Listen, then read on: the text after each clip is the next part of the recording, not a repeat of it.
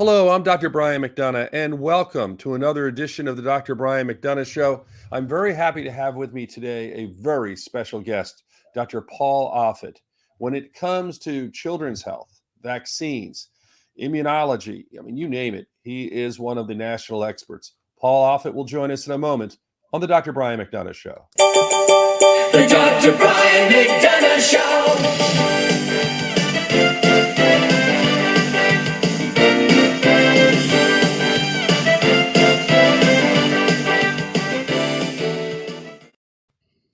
Hello, it's Dr. Brian McDonough, and welcome to the Dr. Brian McDonough Show. And first of all, Dr. Offit, thank you for taking time. I know your schedule is incredibly busy. I appreciate it. My pleasure. We've known each other for a long time. We have. One of my favorite stories, I tell it often, is for those who may know or may not know, Dr. Offit is a leader in the world of vaccines and vaccine developments and thoughts about them. And he developed a rotavirus vaccine. And I remember in the early 1990s, I was on the Today Show talking about rotavirus and how concerning it was as an issue. And I knew a little bit about him developing the vaccine. And when it came out, it was developed. And on the radio station I work for in Philadelphia, KYW News Radio, I talked about this new vaccine, which was given a name. It was a rotavirus vaccine, and it was spelled ROTATEQ.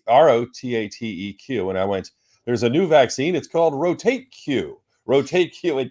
I always remember I got a call and you said it's Rotatech. And I think I asked them, are you sure? And you're like, well, I invented it. And I always remember that, like, what a stupid question. But the fact that you took time, to avoid me that embarrassment because I had never heard it spoken, early, that's relatively early in your career.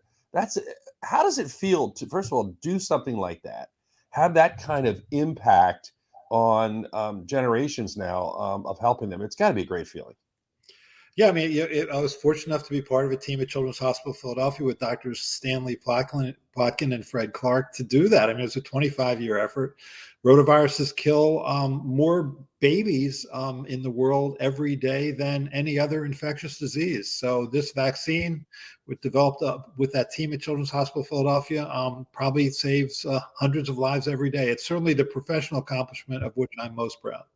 And I could read your credentials, now for the next half hour, and not stop. But what I always remember is seeing you in gyms, coaching kids, working with your children over the years, and doing the normal things, which tells me a lot about you too. That there's more to life than medicine, and you're aware of many of these other things. And that's kind of what I wanted to have you on this show.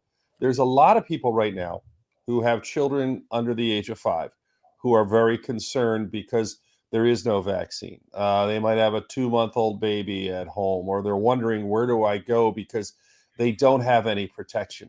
Let's talk about that group first. The group, first of all, I know on February 15th, they'll be talking about this, but right now they don't have the ability to have a vaccine. How safe are they? What risk are they? What are you seeing? Well, certainly, while it's true that children who are less than 5 get infected generally less frequently, and when they're infected less severely, they can be infected and infected severely. So I think we do need a safe and effective vaccine for that age group. I'm on the FDA Vaccine Advisory Committee. We'll be meeting on February 15th to discuss those data. What I'll tell you is it's a 3-dose vaccine. But the data that we're going to be considering on February 15th is just the data they found after 2 doses. So we'll see what it looks like. If the vaccine can stand alone for now, pending a 3rd dose, as something that's clearly safe and clearly effective after 2 doses, then fine. But if not, then I think we may have to wait for another couple months until they finish the 3-dose trial. And that's one of the things I see. I obviously, in my role in the news, even more in my role as a physician, I watch a lot of the panels when they stream and when they talk. There's a great deal of discussion and thought and evidence. And I don't know if the general public really is aware. It isn't just a bunch of people getting together with drug companies saying, hey, this is a good product, let's market it. It is literally looking at studies, life and death. And have you been surprised by the outcry about the COVID vaccine and the reluctance? I shared my story, being in the front lines, being there. I was so thankful I didn't have to sleep in the basement and get dressed in the garage and do all those things. And I had a sense of security, but so many people didn't feel that way. And it actually did catch me by surprise. Yeah, I think skepticism is reasonable. I think you should be skeptical of anything you put into your body. But once the studies have shown that something is safe and effective, once that now millions and hundreds of millions and frankly billions of people have been immunized with a vaccine, which now is arguably the largest vaccine trial in humankind. I mean, we have more people who've been vaccinated with this vaccine than arguably any other. Then you should believe the data. And what's frustrating for me, just as a pediatrician, is that you have since May a vaccine that has been available for 12 to 15-year-old children, but only about 55% are immunized. You have since November a vaccine that's available for 5 to 11-year-old children, but only 20% have been immunized. And I suspect that if there is a vaccine available soon for the less than 5-year-old, that even fewer than 20% will be immunized. So I think if you look at the group that's least likely to be immunized in this country, it's people less than 30. And, we still see, a lot of this disease and a lot of suffering and hospitalization and ICU admissions and deaths. I was on service a few weeks ago. We admitted about 18 children to the hospital with COVID. All but one were over 5 years of age, and none of them were vaccinated. None of their parents were vaccinated. None of their siblings were vaccinated. It was just really hard to watch. Yeah, it is, and it's hard to see people later say they wish they had done something and question it. But getting back to the kids, and now obviously, as in your work in pediatric infectious disease is noteworthy, and you spent a career in it. If we go with the children 5 and under now, let's assume they don't get vaccinated or the vaccine's not approved, and that is not, it's just an assumption for when we're talking right now. What is the safest way to protect a child that's not vaccinated? We'll put a moat around them. In other words, just make sure that everybody with whom they come in contact to the degree that you can is vaccinated. And certainly indoors, if the child is indoors, that with people who you may not know, make sure that everybody wears a mask. It's hard, obviously, for a very young child to wear a mask, say a 1-year-old or so, but, make sure that everybody else is wearing a mask so that at least you can protect by putting a moat around them. It's the same way that we think about people who are severely immune compromised, for whom a vaccine wouldn't work. You try and make sure that all those with whom they come in contact are extremely unlikely to be shedding virus. And there are a lot of parents now, probably because it may have been the point where things were getting a little better with COVID, who have 2, 3, 4, 5 months old. We've seen kind of more of a little bit of boom in that area. Children under 6 months of age, are they at particular risk? Do they have mom's antibodies? If mom's vaccinated, how does it work? Right. So women certainly who, when they're pregnant, are asked to be vaccinated, and or before they're vaccinated. But yeah, so when you're vaccinated, you'll develop something called immunoglobulin G in your circulation, which you will then, as a mother, passively transfer transplacentally to your baby. The half-life of that passively transferred antibodies is about 25 days. But if you have a high amount of functional antibodies, you can really protect the child for that first 6 to 9 months of life. So sure, I passively transferred antibodies do work. I mean, that's why monoclonal antibodies work. So you essentially, for that child, you put a moat around them. They've got a degree of protection from mom. If mom's been vaccinated, that's helpful. And you kind of just hope and wait for a vaccine. Would a vaccine, again, they're going to look at it. Are they looking at particular age groups when they begin? I know we vaccinate kids at 2, 4, 6 months, hepatitis B earlier. What about this type of vaccine? When would it be introduced, or is that yet to be determined? That's yet to be determined. I do think, though, that we're going to need a high level of population immunity for as long as this virus is circulating, which I think will be for years, if not longer. I mean, think about it. We vaccinate children every year in this country for polio or against polio, even though we haven't had a case of polio in this country since the 1970s. We do it because polio still exists in the world. And if we let our guard down and polio comes back into this country, again, we'll be at risk. So I think this virus may fall into the same category. That's why I think if I had to predict, I would predict that it would eventually become a routine childhood vaccine. And when we talk about vaccines, there always was a movement in the country, so-called quote unquote anti-vaxxers, others who had concern. I know you particularly have looked at those who had claimed there was a link to autism, and you've scientifically shot that down, and yet things persist. How do you deal with it? You know what these things can do, but how do you deal with it? My approach has just been talk to each person one at a time as I see them and just try to understand where they're coming from. But from a public health standpoint, from a large standpoint, how do you deal with it? Well, you try and get good information out there and try and present that information in an emotional way and in a compassionate way, in a passionate way. You can never leave the science. So you have to have the science out there that refutes some of these ill-founded fears that are out there about this vaccine or this disease. And so You just do the best you can to get information out there, realizing there's a certain percentage of the population that no matter how logical you are, how reasoned you are, you're not going to convince. There's an old line by Neil deGrasse Tyson that I like, which is if someone reaches a conclusion without using logic or reason isn't going to talk them out of it. Dr. Paul Offit is my guest. Dr. Paul Offit, where he sees patients, he's at Children's Hospital of Philadelphia. He's a professor at the University of Pennsylvania School of Medicine, and has been doing this for a while as a leader. And there's probably a degree of notoriety you don't want, but obviously you've been called upon by so many news outlets and so many to talk about this. How have you seen, the talk show world, the news and things from both of us have kicked around for a while, how it's changed over the years and concerns about misinformation, good information? What do you do? Who do you trust? Actually, I think it's gotten better. I mean, if you look sort of 20 years ago with the birth of the notion, the ill-founded notion that the combination measles, mumps, rubella vaccine caused autism. I mean, around that time, the anti-vaccine activists were really sought out by the media as kind of the one-stop shop to get the parents' point of view, even though they didn't represent most parents. I mean, you had anti-vaccine activists really that were on the CDC advisory committees, and they were on the FDA vaccine advisory committees. I mean, and so I think the media celebrated them in some ways. I think Congress in some ways celebrated them. That's not true anymore. I think they have been really marginalized, and so they become in many ways louder and meaner and more vituperative. And so their platform right now is social media, and that's where they do their most damage. And I know this program, for instance, is on social media as well. It's another distribution. Just about every station will put their programs on social media. There's no checks and balances to an extent. I've always been a big fan with no checks and balances because you want people to speak freely. But at certain points, there does seem to be danger with some of the views that people express and others who might believe it. And I guess you're just saying the way you counteract it is just with good information.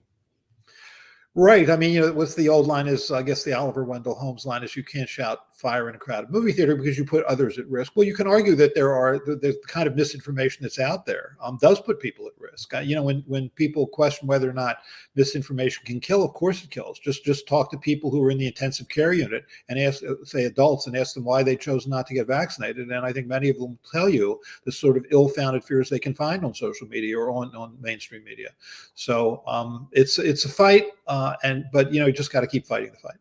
I want to be respectful of Dr. Offit's time, but I do have a couple more questions. One of our recent guests on the Dr. Brian McDonough show was Ireland's ambassador to the United States, Dan Mulhall. And Dan Mulhall was talking about James Joyce, and he was on really to celebrate the 100th anniversary of the release of Ulysses.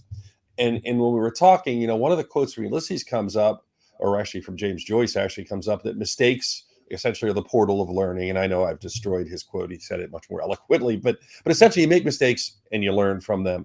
In your career in health, we all know that we've learned, whether it's a doctor teaching you and telling you we were wrong, or somebody catching a mistake, or you hope you make your own mistake, you learn and you get better.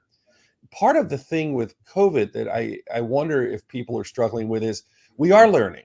And we're learning as we go. And I get it all the time. You told me early on this, you told me early on that. And I was like, well, we were going with the knowledge at the time. Is that a concept maybe that we haven't done a good job communicating to people? I think it's hard. I think people want to believe that you know everything that you need to know right now. I think if you ask people, do you think we're going to know more about science and medicine 100 years from now than we know now? I think everybody would say yes. But when it comes to their disease, or in this case, this pandemic, they want you to believe you know everything you need to know. We're intolerant of that sort of learning curve, but there's always a learning curve. I mean, that's just always true. I actually recently wrote a book called You Bet Your Life, from blood transfusions to mass vaccination, the long, risky history of medical innovation. But I sort of go through every major medical innovation, sort of 9 big ones, to make the point that there's always a human price to pay for knowledge. And as much as we'd like to believe it's not true, it's always true. People think, all right, I'll just wait till the learning curve's over, but it's pretty much never over. The other thing I wanted to talk a little bit about is the theory that, and you kind of alluded to it, that COVID may become like the flu. In other words, we'll have vaccines, we'll have treatments, and those treatments could be easier to get. And people don't they naturally get concerned about the flu, but we don't, go to the store and worry about the flu. COVID has taken a big toll on people. Do you think it will get to the level of the flu as the way people think? Will it be more normalized as we move forward? Yes. I mean, if you look sort of 2 years before this pandemic started, there were roughly 700,000 hospitalizations and 60,000 deaths that year. The year before the pandemic, there were about 400,000 hospitalizations from flu and 20,000 deaths. I think we're going to get to those numbers here too. I just don't know what those numbers of hospitalizations and numbers of deaths are going to be, where we say, you know what, I think we're just going to have to learn to live with this. But I think we will get to that number eventually. And I think when that happens, that's when you go from pandemic to endemic, meaning that it doesn't really change your life. That's really the definition of the difference between those two things. And as we move forward, are you optimistic? I mean, I'm starting to feel more optimistic as we get closer to the spring. And by the way, I do want to say the one thing about this program, which I love, is that it stays out there and people can watch it at any time. And people just seem to, they glom onto these shows and they see it, which is fantastic. But one of the downsides is we are recording this on February 3rd. So what we're saying now in July, again, can be quite different. But looking forward, kind of into the future, knowing what you know, are you optimistic about the spring and summer?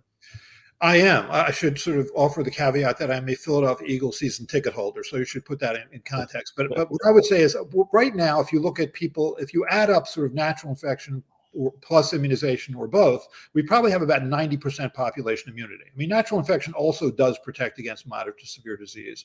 So that's good. That, in combination with the fact that we're heading into warmer months, also is good. For the most part, this is a winter virus. So I do think that as we head into spring and summer, I would be surprised if we didn't have a dramatic drop in hospitalizations and deaths. And then we'll see where we are as we head into October, November next year, as to the degree to which this virus rages back. And that could all change if there's a variant that is resistant to vaccine-induced immunity in terms of protection against serious disease. Right now, that hasn't happened. I mean, all 4 variants that have come into this country have been susceptible to protection by vaccines as far as serious disease is concerned. That hasn't changed yet. Hopefully it'll never change, but we need to be on the lookout for that.